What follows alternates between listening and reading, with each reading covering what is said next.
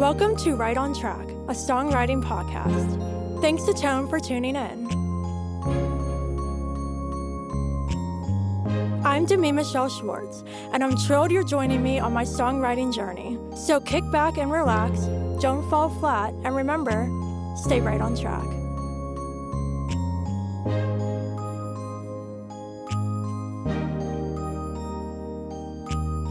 Hey everyone, welcome back to Right on Track. I'm so excited because joining me today is somebody who is truly making waves in the country music scene.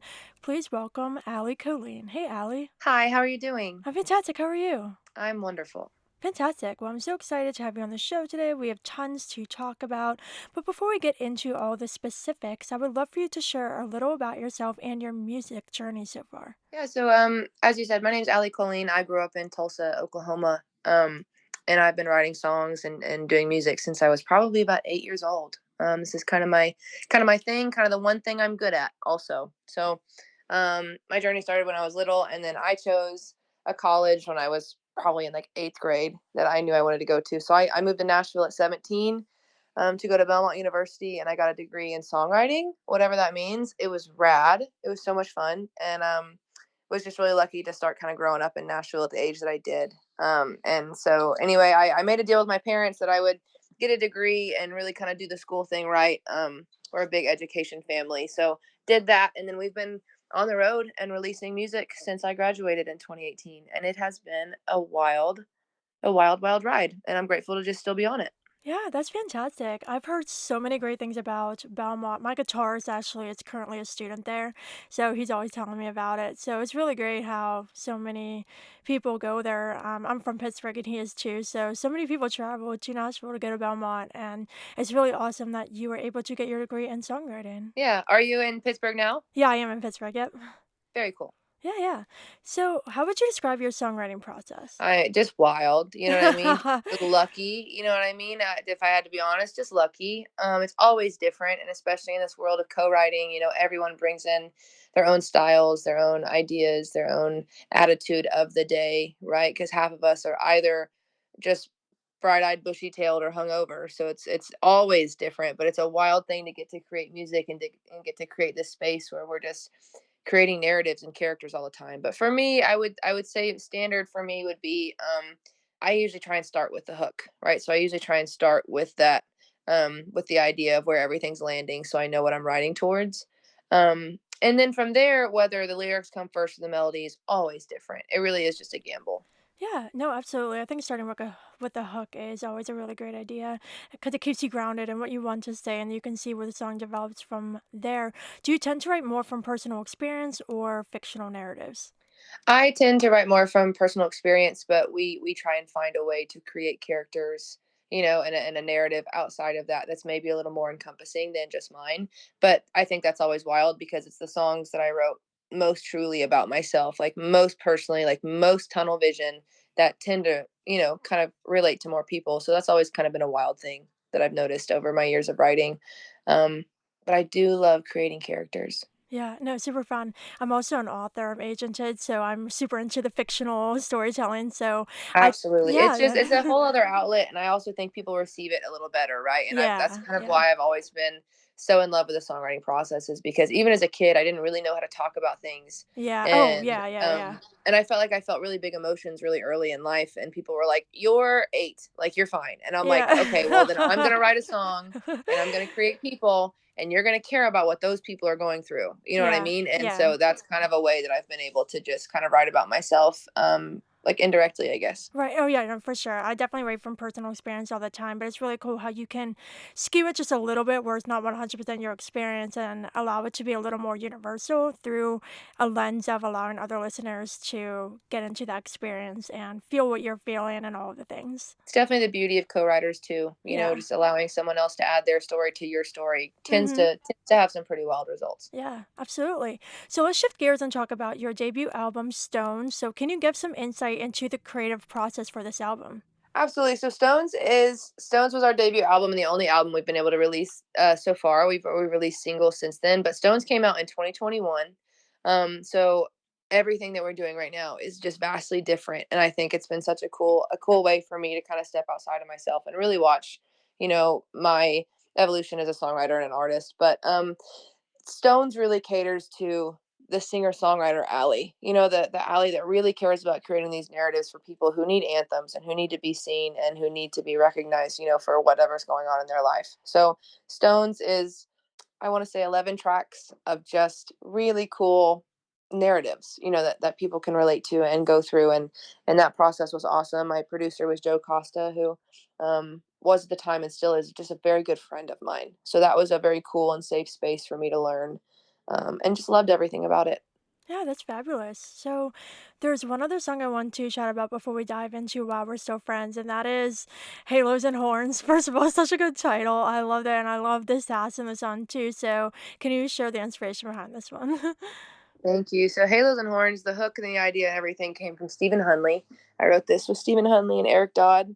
Eric Dodd had stuff on the Stones album like "Don't Give Your Heart to a Cowboy" and um, just love writing with these guys. What we come up with is just is incredibly cool and catered to me. I mean, I don't think I've met writers in this town who work so hard to find out what Allie would say and how she would say it. So, Halos and Horns came from Stephen Hunley, um, and it takes on a lot of different roles for a lot of different people. But for me, it's all about rodeo. Like for me, it's all about that cowboy and that tie between good and evil, and just like the most archaic elements of storytelling that we've ever used when it comes to just good and evil, and just that hero narrative of trying to be better than what you are. And so Halos and Horns is all about recognizing your strengths and your weaknesses, and making it really cool, right, into the narrative of a cowboy. So for me, Halos and Horns is rodeo, and just being tied between you know what you want, what people want from you, and then also just that thrill of the ride and going and doing and living life how you want to, despite what it looks like for other people. So Halos and Horns was really cool. Halos and Horns was the first song that made me seek out Mr. Lee. So the producers on Halos and Horns is Lee Brice and Jared Neiman, and Lee had shared with me a demo during one of our writing days, um, of this song that he was pitching for Yellowstone at the time. And I'm not sure what ended up happening with that demo or anything, but I remember writing Halos and Horns and thinking, I need this song to be as big and as dangerous as that demo that Lee played me of that other song. So I sought Lee out and I said, hey man, would you ever consider producing this song for me and really going in on this with me and figuring it out? And I'm to this day still shocked that he said yes. And so um, Jared and Lee have a huge role in the sonic absolute wildness of Halos and Horns. But it's my favorite song. I wait all show for that song to come on the set list, and it's my absolute favorite. And everything that we're putting out this year, sonically, really feeds off of Mhm. Halos and Horns. So It's much so bigger, much cool. heavier. I love that you love it. It's It's my so favorite, so I good. love that you love it. Thank you. It makes me feel cool. Yeah, no, literally just the approach of the way you're approaching this topic through the idea of halos and horns, and also when you listen to it, just your voice sounds so cool, the instrumentation, just like everything about it is captivating. It's so interesting. I love it. Thank you. You're It's so fun. I welcome. put together a lyric video for it for YouTube that's just all like rodeo highlights. And it's a really cool way to kind of experience Halos and Horns, because I think a lot of people really do tie it between, the angel on your shoulder and Right, the devil right, on your yeah, shoulder yeah. kind of thing. But for me, it's always been just, nope, this is between God and this bull right here that I'm trying to ride. So let's go. Yeah. Oh my goodness. Well, you mentioned Lee Brice, and that's a perfect transition into While We're Still Friends. So, what's the story behind how this single came to be? Well, as I said, and I sought out Lee to help me with this song, and it turned out to be three of them. So Lee ended up producing three songs for me, Lee and Jared both, and it was Halos and Horns, a song called "Feels Like," and "While We're Still Friends." And we've actually been sitting on this master for about 2 years now. I sat down with Lee and his wife Sarah, who's actually in the other room right now. I'm actually in a co-write right now and had to step out. So Sarah's actually in the other room. So shout out to Sarah. But and we're writing in the same cottage right now that we wrote While We're Still Friends in. And so we sat down in 2021 in February to write While We're Still Friends. And at the time, just we talk about characters and narratives, and I think sometimes I'm not sure if a listening audience will understand this or not, but sometimes you're writing about yourself and you don't know it. And I'm sure that's something that you relate to. Like it's a wild world, and I think I get so caught up sometimes in creating characters that for years I didn't really recognize that I was one of my characters. There's a beautiful song on the Stones album called "Good as It Gets," and "Playing House." And as much as I said that these were narratives for other people in my life, I look back on it and I'm like, I'm pretty sure I was even writing about myself back then. And so "While We're Still Friends" was the last time that I was going to write about myself in this weird space of limbo in a relationship that was not going to work out. So "While We're Still Friends" actually launched a different season of my life for me. I was married at the time, and I brought that song home and I showed it to my partner, and I was like, "Hey, man, like I love you and you love me, and this isn't going anywhere." So "While We're Still Friends," the writing process was an incredible gut punch for me because I don't think I realized until we finished that first chorus that I was like, "Crap, this is me, isn't it?" And Lee just kind of looked at me and gave me a little smile, and I was like, "Dang it, this is me." I was like, "Gosh darn it, this is me." But "While We're Still Friends" is just all about creating that safe space, to feel all of those emotions of Mhm. just that limbo, that Yeah. relationships sometimes end up in. And anyone who's faced, the ending of a relationship, whether you're married, whether you're dating, whatever the circumstance is, it really is this really uncomfortable Yeah. space. Mhm. And so we tried to capture that in the production of the song as well. It Yeah. starts incredibly eerie, but it also starts incredibly silent. And Mhm. I don't know how much people recognize how loud, silence is, Yeah, and yeah, how yeah. much it, and like how much it tends to say.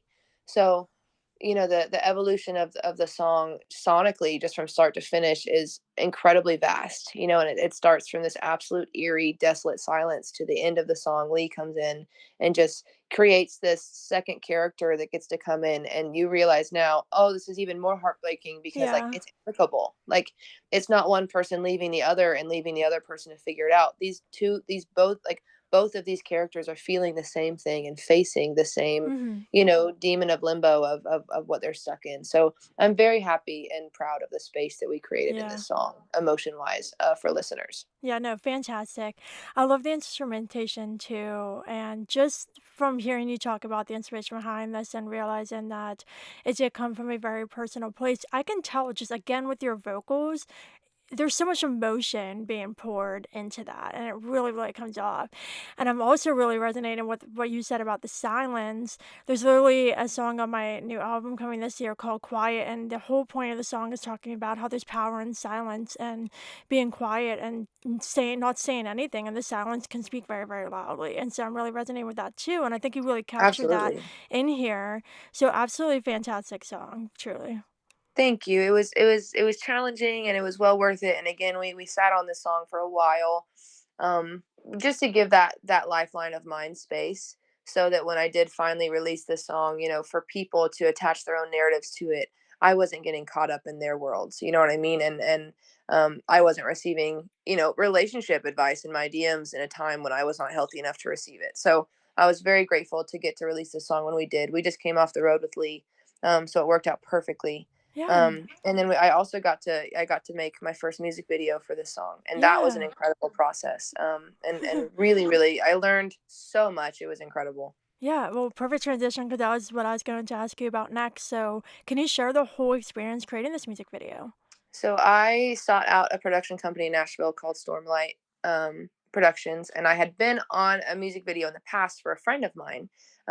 Hasting put out a song called Brunch Drunk, and I got to be just, one of the girls in the music video. And I just watched all day how they ran their stuff and how kind they were and how safe the set felt, and just how you were just free to experiment and to be, whatever you were. And I was like, that's who I want to work with. So I sought out Stormlight, and a man named Logan, jumped on the project with me immediately, and we instantly went into storyboarding. So we pre-production planned for probably about 2 weeks. It was a lot of phone calls, going back and forth, and really talking and figuring out what the shoot was going to be and who these characters are, and what we needed for the set, which was just wild to me to realize how much pre-production goes into videos, which I guess makes sense, but I didn't know, and I thought it was so cool. And then we casted a a man to be in the video with me, and I met him the day of set. I met him that morning on set. His name was Jack. He was so kind. And so that was wild for me, because there's a couple, kind of intimate scenes in the music video, And I remember just meeting this man being like, what a wild world, that I'm now being casted with somebody who's going to represent, someone who meant so much in my life. And so it was very cool getting to shoot the day with Jack and for him being a part of it. And I'm very grateful for just the talent and understanding that he brought to my story, which I thought was incredible. And my manager let me use her house. I didn't really understand how budgets worked for music videos. I thought that the budget that we talked about kind of also captured hair and makeup and wardrobe and all those things, and turns out it did not.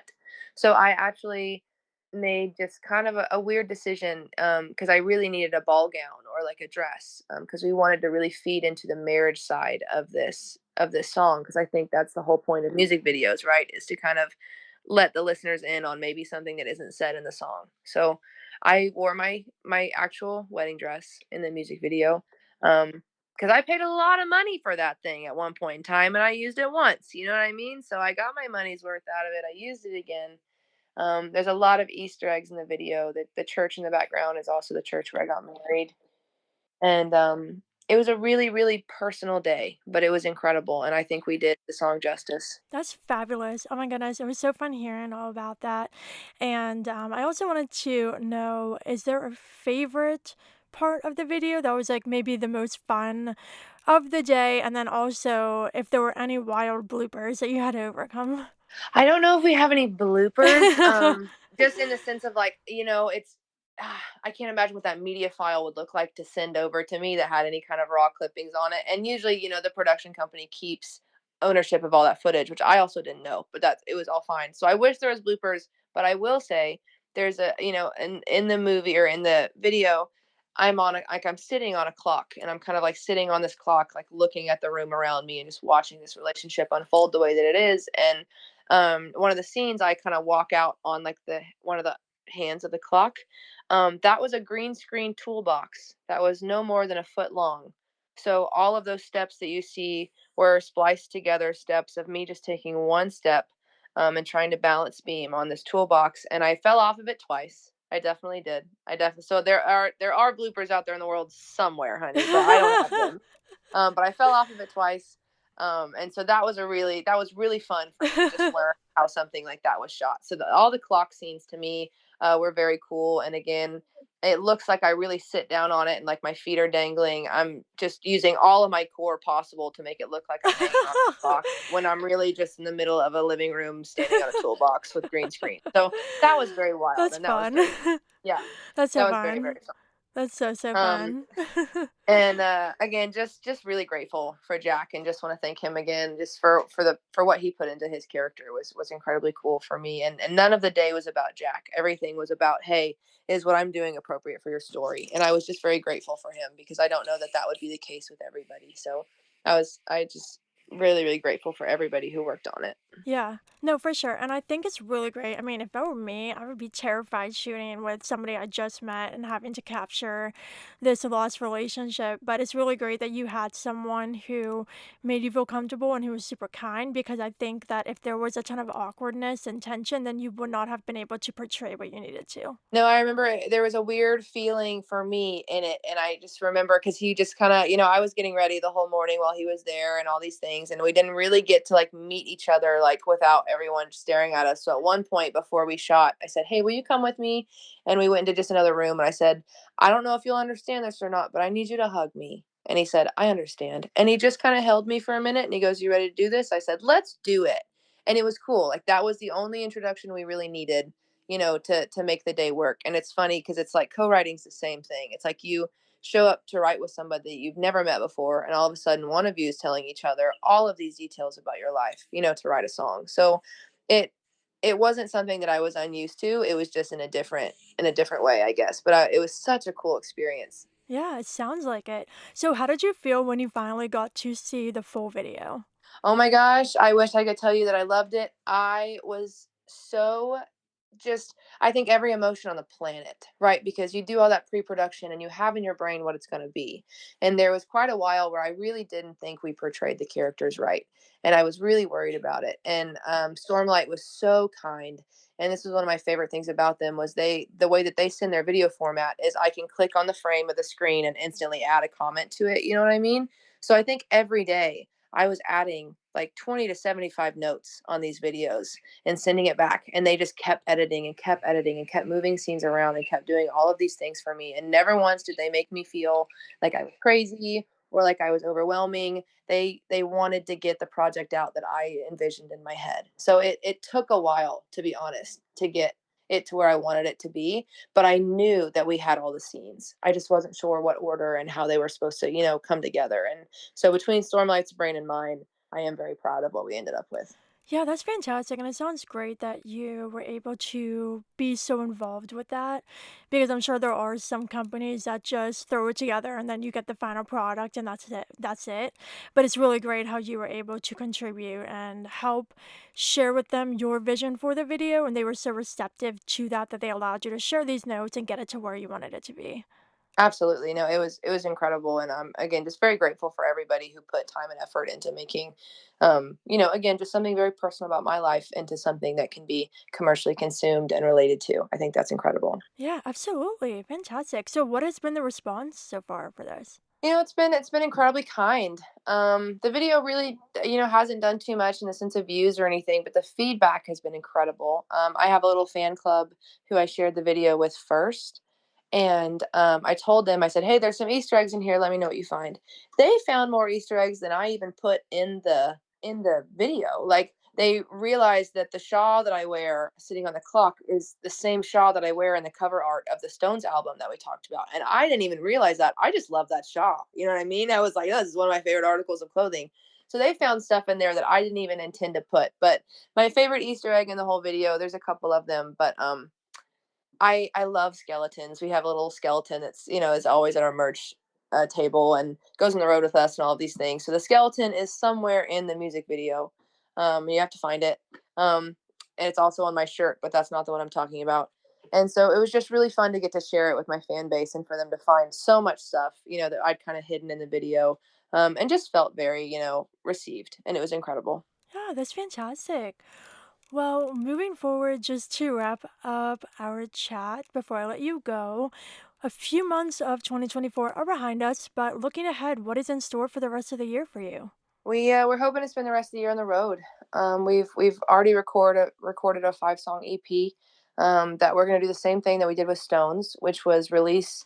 We're gonna release them digitally, all separately as singles. But if you come to a live show, there is a printed vinyl EP that we're working on. So I get to print vinyl for the first time this year, and just hoping to just stay on the road and get to sell this new record and promote this new record. And yeah, I think the next song is sitting about 10 weeks from now. I want to say, that's coming out, and we're just going to do that for the entire rest of the year. It's just every probably 6 to 8 weeks, a new song is going to come out, and I'm very excited of what we've worked on. So really looking forward to this year. It's going to be a good one. Yeah, for sure. So before we go, what is some advice you would like to share with any songwriters listening? I think my biggest thing for me is if there's any part of you that thinks maybe this isn't it, I don't want to discourage anybody from being here, but please do not come to my town and put yourself through what it actually means to be an artist, which is actually not very awesome most of the time. And because it's you have to do this or you don't, so it's if there's anything in you that could choose another job, maybe consider that. And if you can't not do this, come on, like come to Nashville or go to LA or go to wherever your music scene is that caters to what you do, and just work your tail off and enjoy every moment of it. But again, if there's any part of you that cannot do this town might eat you alive. So just come here and just don't take no for an answer and work your butt off. And I hope you enjoy it, and I hope you come. And I always extend this: anyone who comes to town who wants to be an artist, send me a DM. We'll go to coffee, and I'll answer any questions that you guys have, because I have so many people who took me to coffee my first year in this town, and I'm so grateful for them. And I don't know if I'd be the artist that I am without having so much guidance in the beginning. So as much as I want to encourage everyone to chase their dreams, if you can't eat, breathe, sleep, not make any money, not have any food, and do music, don't come here, baby. But if you can, come on, let's go. So good. I think you've given the most real answer that anyone has ever given. I think it's so true. I think that applies to anything, especially in a creative space. I think that even for, I like I said, I'm an author too, and I think there are some authors I know that I can tell it's like they're not 100% in it. And then they seem to get like discouraged that things aren't happening. And it's like, you're not putting 110% of your soul into this. You know what I mean? And yeah, you have to, You or have it will. This to. town will eat you alive. This town will mold you. It will turn you into somebody that you're not. If Yeah. you have to come here in proper standing and know who you are, and be willing to get a little Right. dirty sometimes and really work your butt off. And it's Mhm. such an honor to do that. Yeah. I love what I do, and I love this town, and I love Yeah. how hard this town has made it. I really do. I'm a Mhm. big challenge fan. Absolutely. Well, Allie, it was a joy having you on the show. Can you please share with everybody where they can find you online and check out your music and tour dates? Absolutely. All of our tour dates and information to follow us on any and all socials will be on alliecolleenmusic.com. If you want to follow me personally and really, kind of be a part of my life, Instagram is my number one, account that I really post on. I do, and I really let you guys into my life. Every other account is very much, commercial Allie Colleen. Here's the song, here's what we're working on, whatever. But Instagram, we can make a pretty cool relationship. So I would really appreciate any and all followers, you guys. And Demi, again, just thank you so much for making time for me to be on your platform and, sharing my stuff and everything that you've worked for. I really, really appreciate it. Yeah, absolutely. It was a total joy having you on the show. Listeners, I hope you enjoyed this chat with Allie Colleen. And until next time, Stay stay right right on on track. track.